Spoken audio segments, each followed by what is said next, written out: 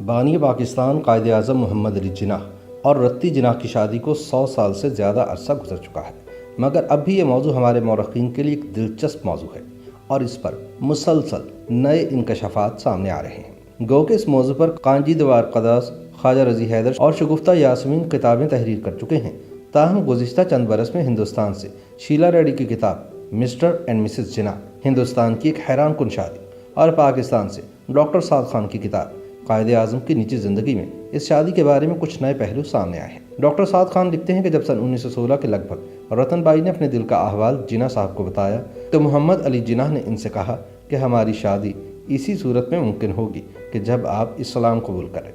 Ratan by نے محمد علی جناح سے کہا کہ وہ انہیں اسلام پر لوازمہ فراہم کرے۔ محمد علی جناح نے پہلے اپنے صحافی دوست سید عبداللہ بریلوی اور پھر اپنی بہن شیرین جناح کے ہاتھ انہیں دین اسلام سے متعلق چند کتابیں بھجوا۔